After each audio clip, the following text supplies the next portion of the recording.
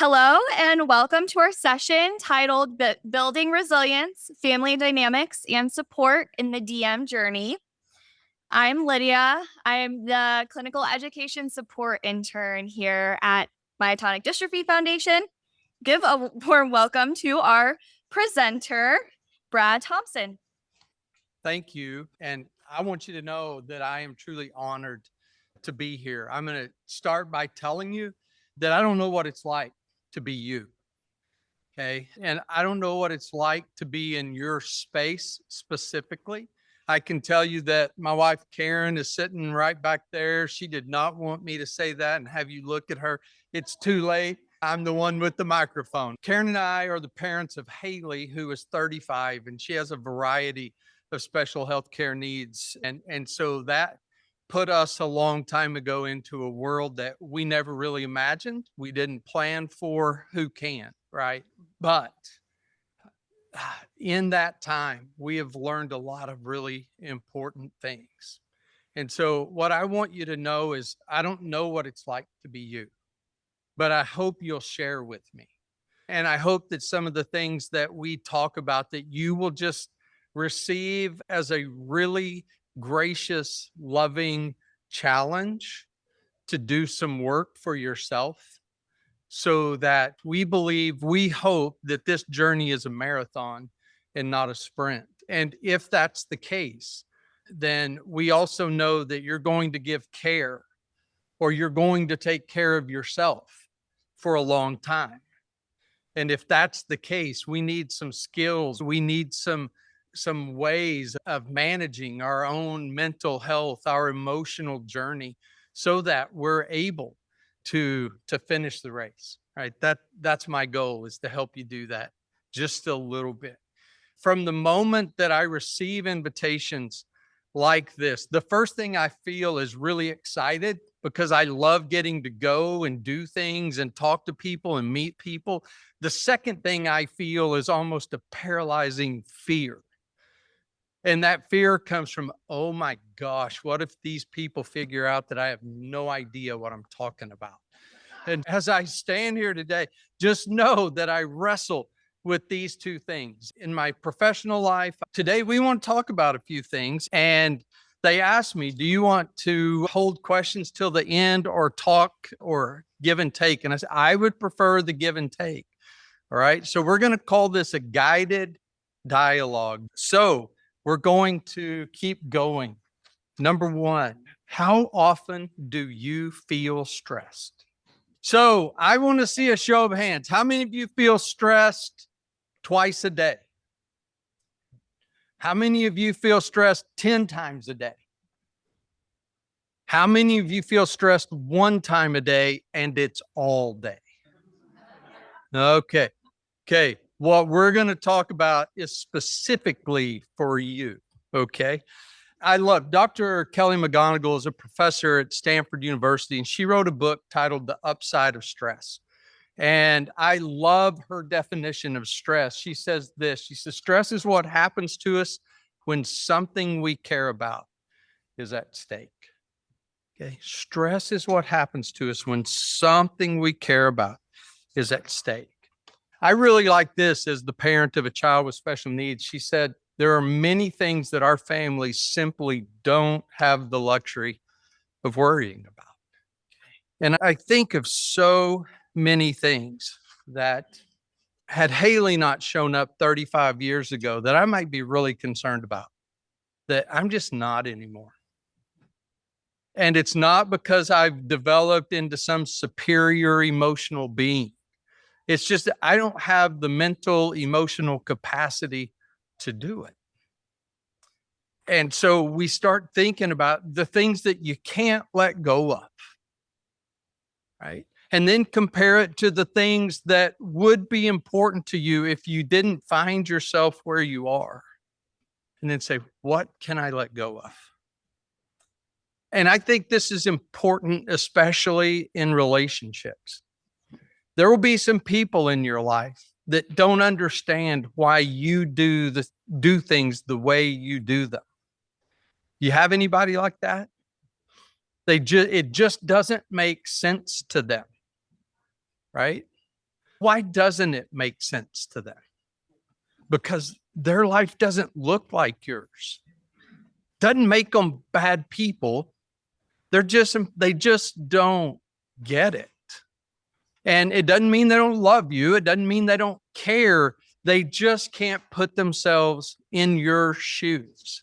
I don't know about you, but when we started learning about HALI's challenges, what we found was that our life just took a different turn. And the people that we had been friends with, the people that we had shared life before that, their life went this way and ours went this way. And before long, we're a long way apart in the way life looks for us. And I think in many of those cases, it's one of the spaces where we have to grieve loss. And what makes it really hard is that sometimes we have to grieve the loss of close relationships with people that we thought would be there through thick and thin, right? And sometimes that's family members.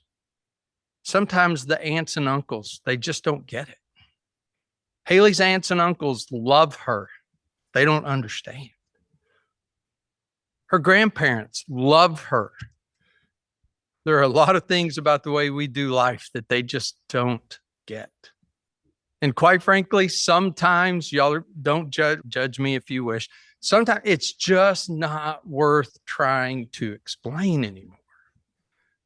It's almost you get it or you don't. And if you don't and you want to, you can follow us for a bit and maybe you'll see. One of the great challenges of that, though, and it's why I love meetings like this and I love seeing you in a room like this, is that being either a person with a disability or a caregiver for a person can be incredibly isolating. It can be incredibly lonely. And so being able to be together and to share stories, I call us weird cousins. But you get in the room and most of you have never met each other before. And in 10 minutes, you realize you speak a common language, right? You have a common dialect. Now, I don't speak your dialect. First of all, I'm from Texas. I talk really slow.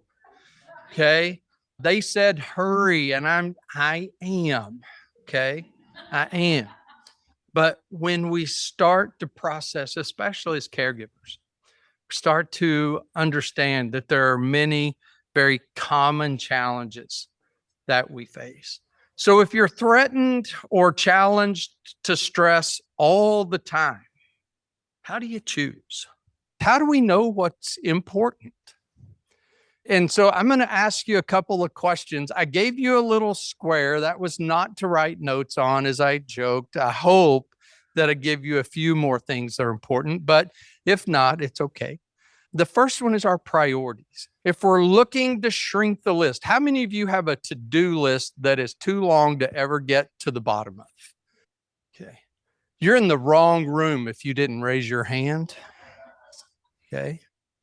It just comes with the territory, right? And it feels every time we mark something off the top, somebody has added something to the bottom, and they may have even told us that it needs to go to the top, right? No, this is important. Whatever you were doing, stop. This is important. Get it done.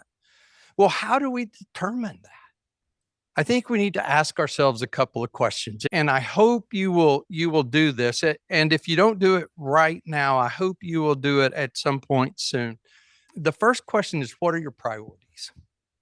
What are your priorities? So if I were to make a list of priorities for you, I would tell you that my priority first is my faith. Second, it's Karen. Third is HALI and Justin. We have 2 kids, and Justin and his wife, Monica, have had us 2 grandchildren. They are really awesome. So those are my priorities. What are yours? Oh, work. Work comes next, distant fourth. What are yours? Jot them down real quick. Getting through the day. That's a good one. Yes, ma'am. I think the thing that I've learned very slowly, but has become more of a focus for me now is to put myself as a priority. Come on. Okay, class dismissed. We're done. Yeah. Yeah. No, thank you. Thank you. No, it is not. How many of us didn't even put us on the list? Healthcare. Healthcare. Oh, we are not going there today. That's a whole nother session for people that are far smarter than me. But that's a priority, right? So I do this work a lot for a lot of different groups in a lot of different settings, and just made the point that we were going to next, and that is, where are you in the list of priorities? And 3 of you raised your hand saying you're on the list. So that's 3 out of whatever. I'm bad at math, about 50 people in the room. Those are not very good percentages. But let me ask you this. How does the person you care for benefit from you being burned out? But I don't have time, right? Now, this is not a guilt exercise. Okay. I don't do guilt. I don't do shame. I don't want to do any of those things. This is a passionate plea to take care of yourself because the people you care for need you. But they don't need just any version of you. They need healthy you. They benefit most from healthy you.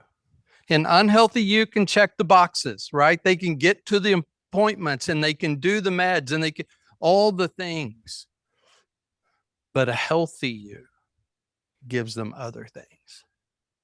Presence, patience, serving with kindness. So what I want to tell you is that I meet very few people in these circles who have bad priorities. I meet people all the time who have the right priorities in the wrong order. What do I mean by that? So people are knocking down the doors to get in here. How many of us guys work and that comes first? And we have all the great excuses for that, right? I work to put food on the table. I work to keep my family insured. I work on and on. But my question is, does my work serve my family? Or does my family serve my work? One brings meaning. The other brings emotional chaos. Will we just consider it, right? Do we put our kids, the people we care for, do we put them at the top of the list?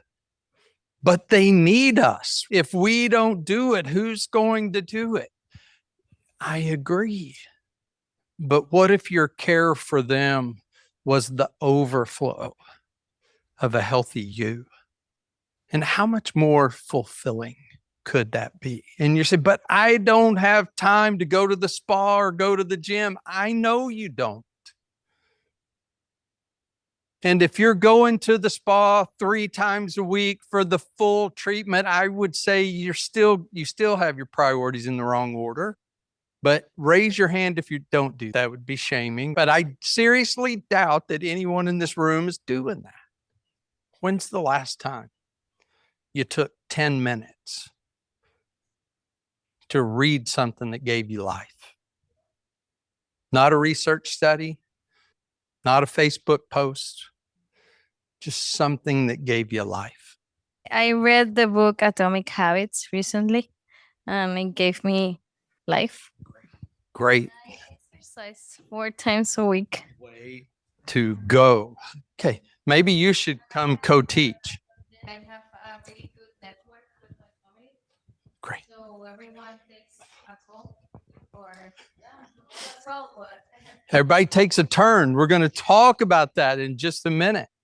Yeah, everybody takes a turn. And you're blessed to have family who wants to take a turn. And we recognize that. I hope you are. I know it, I can tell you're thankful for that. The second thing we want to pay attention to, what are your values?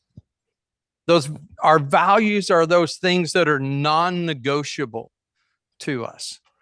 For me and for the Thompson family, they are things like work ethic, service, dignity.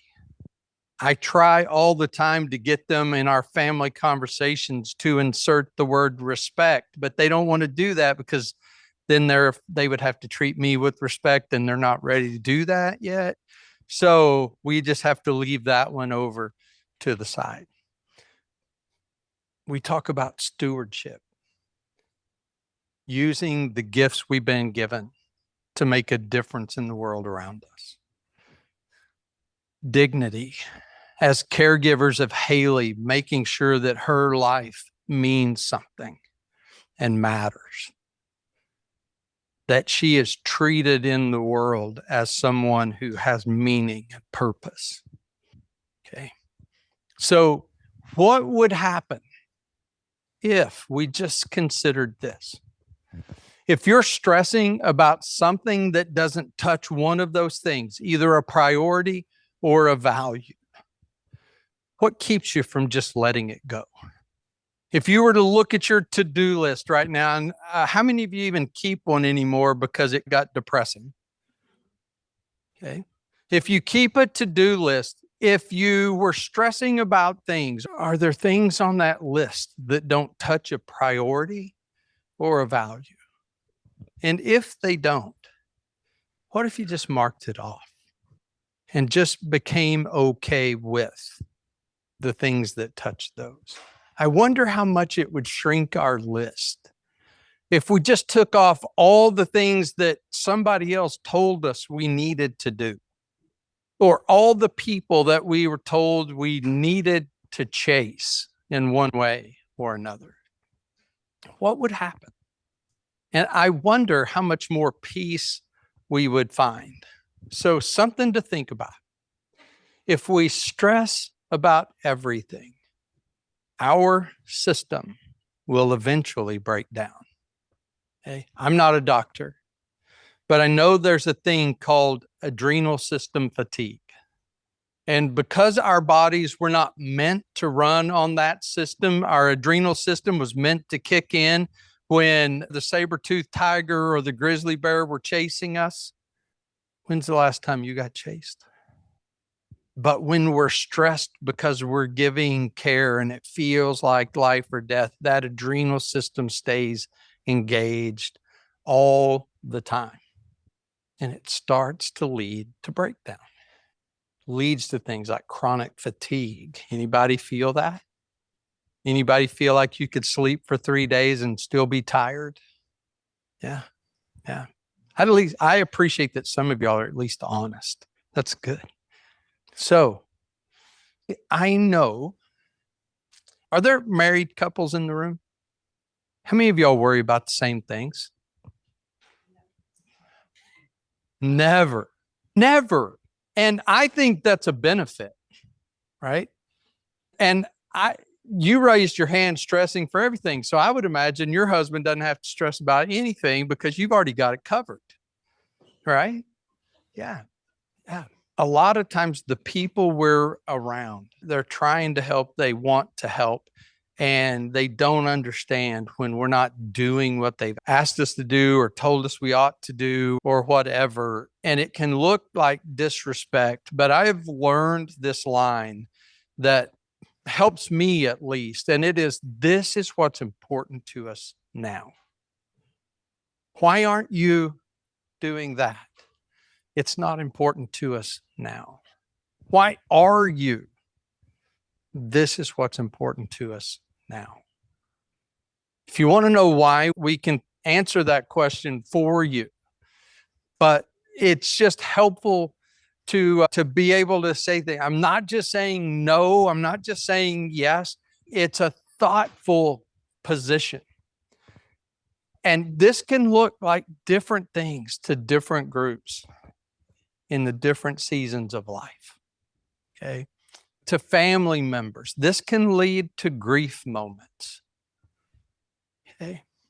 I don't know about you, But there are some people in my family that when HALI started receiving diagnoses, that I was just sure they would be in it all the way. And they're not. And I could be really judgmental about that. And when I was younger and she was younger, I probably was. But what if they just can't get their mind around it? And what if we had a little grace for that?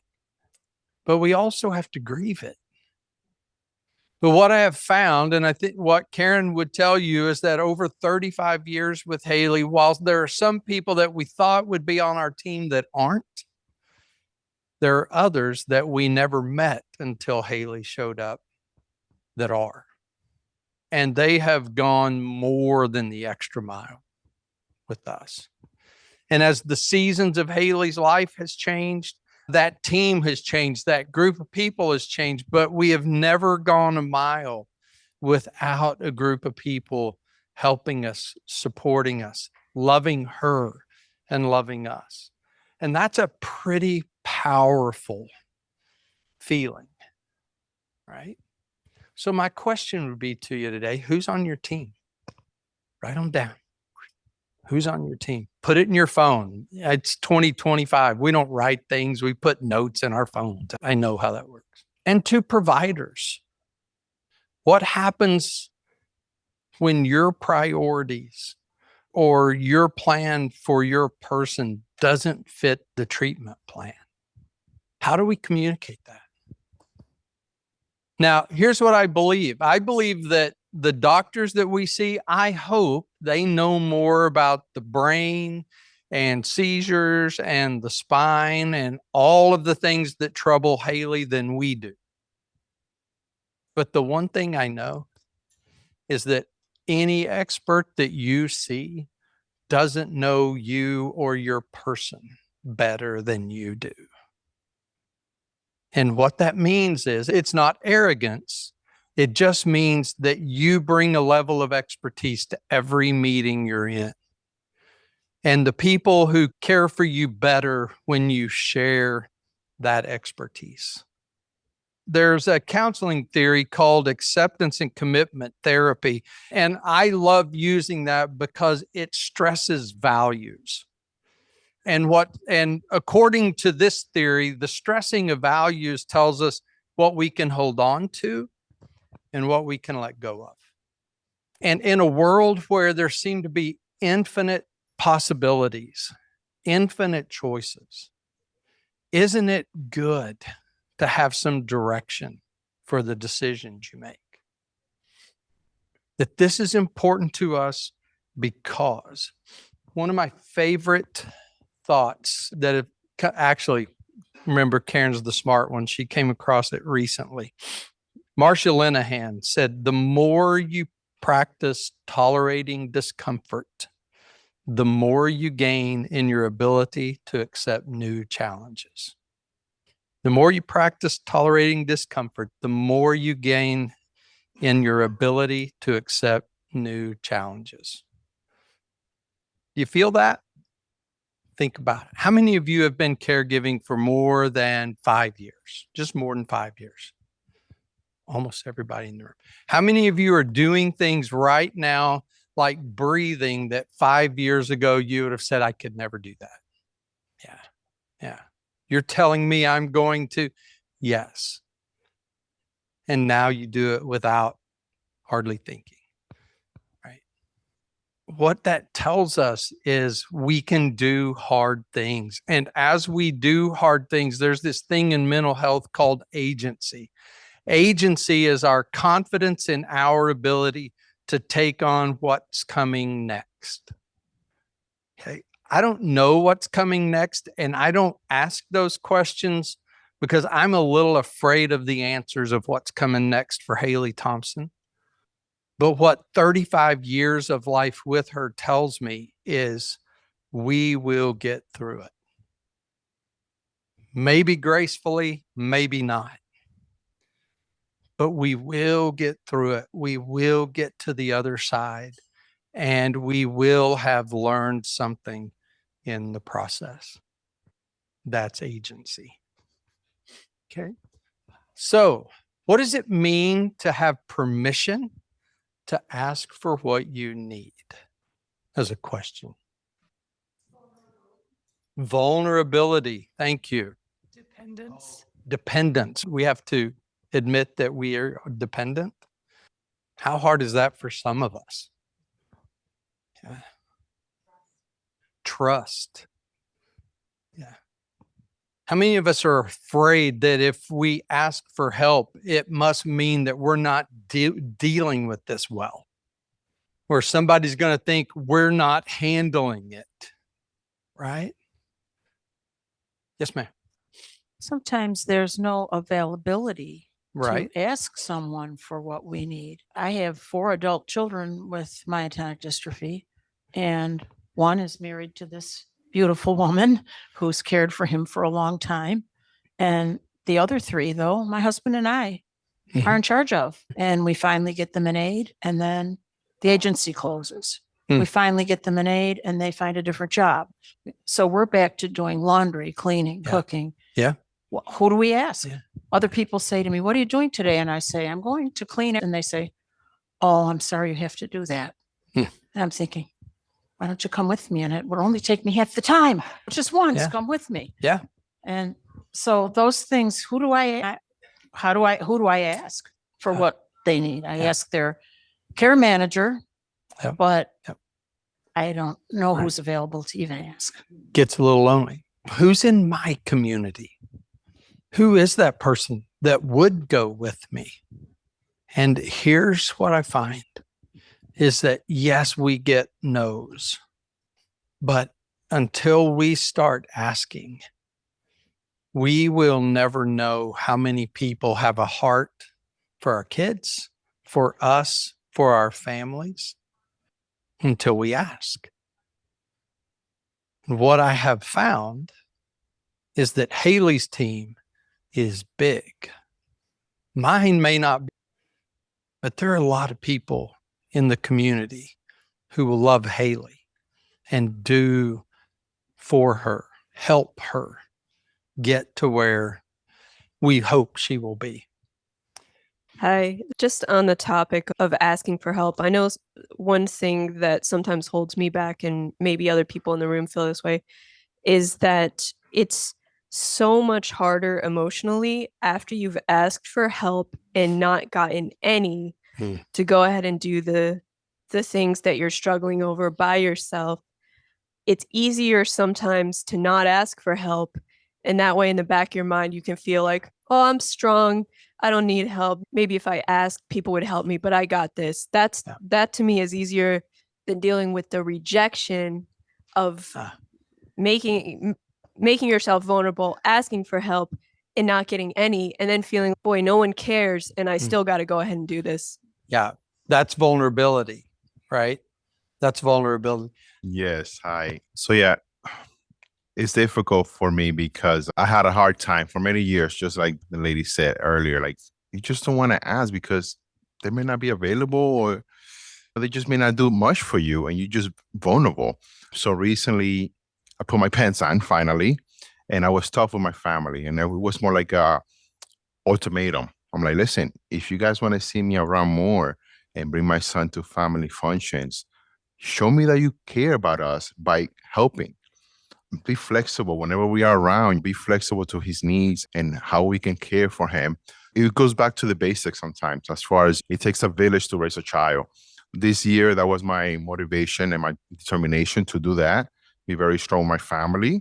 I show them how vulnerable I am. Listen, I love you guys very much, but I also love this child and he needs me. So if you want to see me around, we need to come together and be there for him. And some of them stepped up. Yes. Yeah. Okay, great. I think my biggest issue is an overwhelming feeling of guilt. And I don't think that my husband, I think he encourages that. If I want to go do something for myself, then I'll be here all by myself. And there's that. And I hired cleaners to come clean my house, and I just about sobbed watching them clean because I should be able to do this. Well, But why? Why? because That's what we're supposed to do. No, we're supposed to live the best possible life. And so Gay Hendricks wrote this book. This is free because it's not in my notes. And he talks about these 4 zones of life: incompetence, excellence, and genius. The only one I care about is genius for you. Okay. And you're going, I'm not a genius in anything. Yes, you are. You are a genius in your role here. And what that means is what happens to most of us is we get so caught up in the areas of incompetence, competence, and excellence that by the time we get to genius, we have no space for it, whether it's time, emotion, energy, whatever. And I'm going to tell you that your zone of genius is in caring for your person. Okay. And if that means you don't have time to clean your house, it's okay. If it means that in order to take care of your genius, you have to go out and have coffee with a friend, as a husband, we just need to put our big boy pants on and send you. Okay. She doesn't like the way I clean house. Things get broken when I dust. Don't ask me why. They just do. Okay. I try. And I know that's very easy for me to say. Okay. And because I don't live in any of your homes, but I do know that if you as caregiver don't do the things that take care of you, what happens when you're in the ditch? Okay. And even if you don't find yourself in the ditch, compassion fatigue and caregiver burnout are real things, which means I can do all the things HALI needs, but do I do it with a caring spirit? No. Do I act like I'm put out because I can't do one more thing? Yes. And I'm going to tell you, I'm blessed. I have a partner back there that's amazing. I want that on tape, by the way, that I said that. And it's still hard. And I know that some of you are doing this by yourself, which makes you think, see, I don't have time for me. No, it makes it even more important that you find that window to take care of you. Yes, ma'am. I was thinking about what you said and what you said over there about the house cleaning and the guilt. And I know for me, the overwhelm that I feel, I guess it's the stress, anxiety, but it's with me all the time. And one of the ways that I have found to manage it, and I'm not here to give advice. I'm just saying this works for me because goodness knows I'm still learning. But when I look at my overwhelm levels, I look and say, okay, what can I hire out to reduce my overwhelm level? Because if I'm too overwhelmed, my husband can't do anything. Because when you talk about being alone in relationship or not being married, this group here, many of us, our partners have this disease and they are not who we married. They're not the same people we married. And so going to them to ask for help is a little tricky. We can, but there's a lot of little ways we have to go about doing that. And I don't think it's that they really don't want to, but the apathy and the willpower part of the brain is so damaged that it's like counting Mount Everest to empty the dishwasher. And those are some of the things that I have found that helps. We eat out twice a week. And now with the situation as it is in our home, that means DoorDash because my husband can't drive and I'm too tired to go get it by the time it's time for dinner. Yeah. But it lowers my stress level. And I love when the house cleaner comes, but she's our house cleaner / caregiver now because I pay her a little extra. So now I've got somebody there when I'm gone.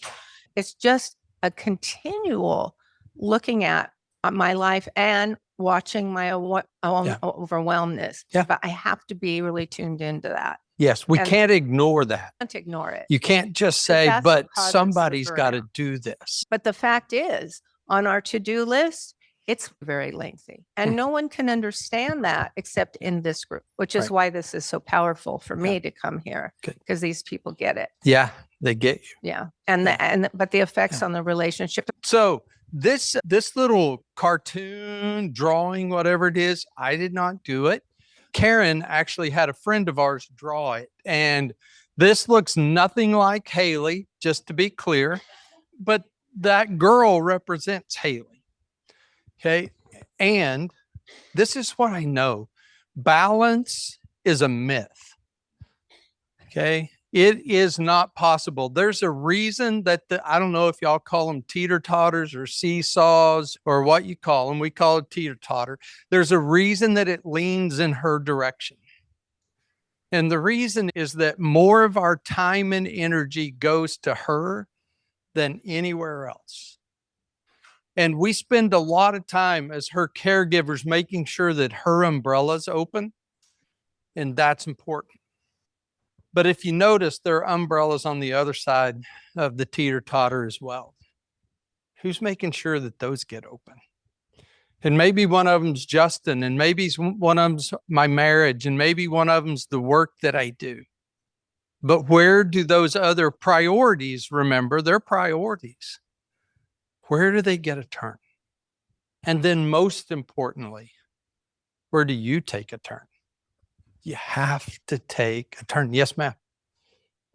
I just feel that sometimes the self-care that we're supposed to do, our plate is already so full. Our plate is overflowing. Teeter-totter is going up in the sky. I don't know where it is.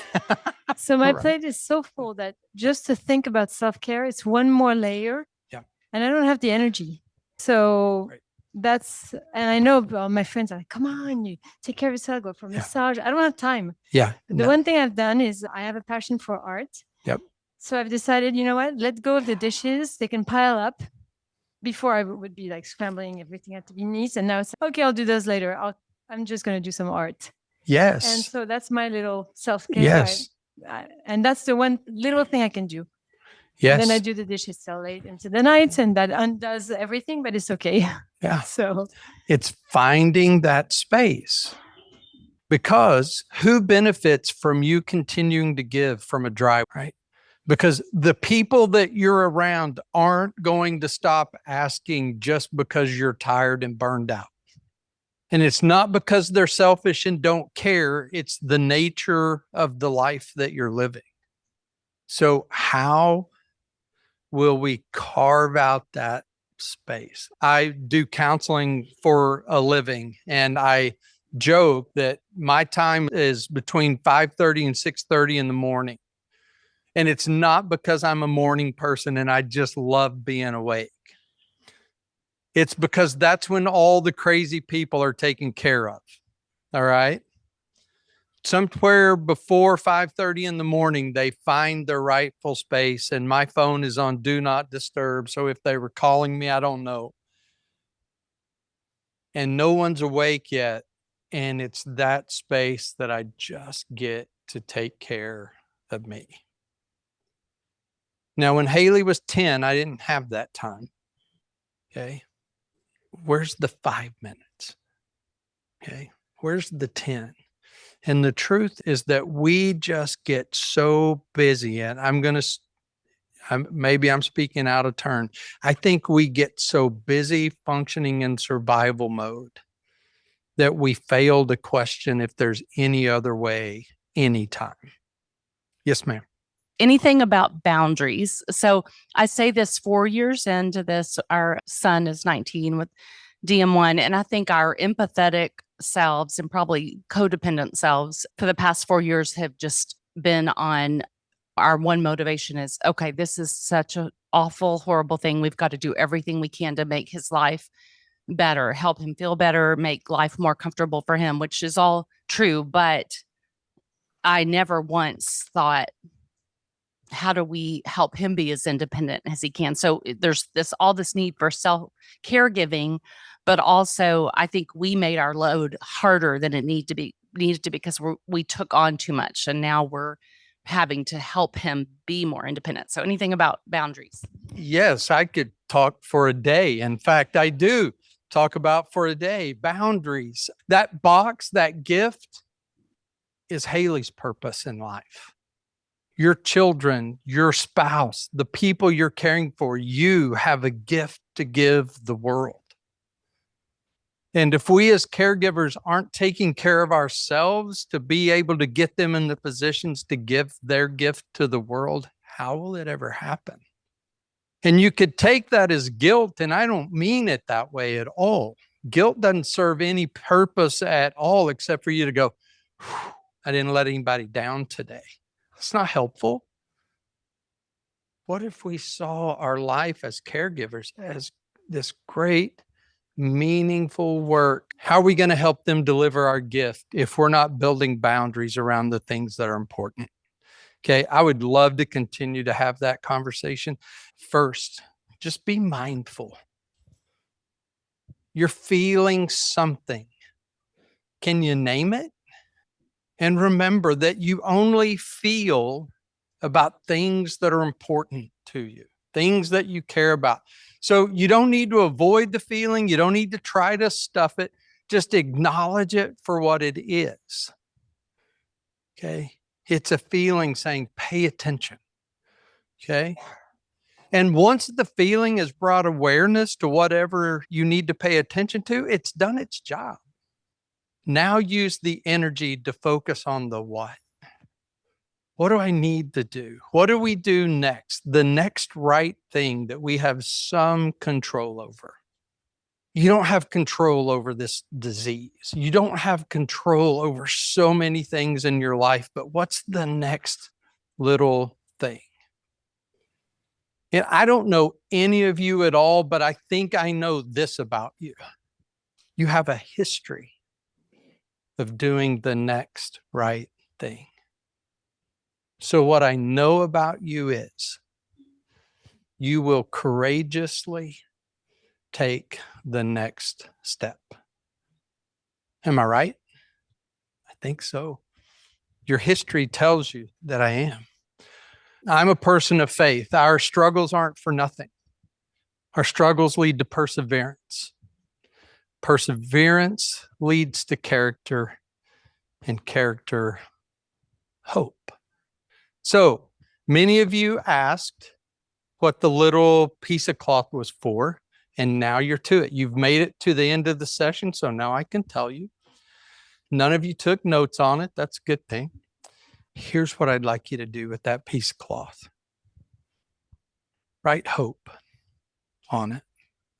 Stick it in your purse, your billfold, whatever it is that you carry, and don't ever forget it. Because your struggles aren't for nothing. Your struggles are not small. They're not trivial, and I don't mean them ever. I don't mean to ever portray them that way. But in the end, we have hope. All right? Thank you. Y'all have been awesome today.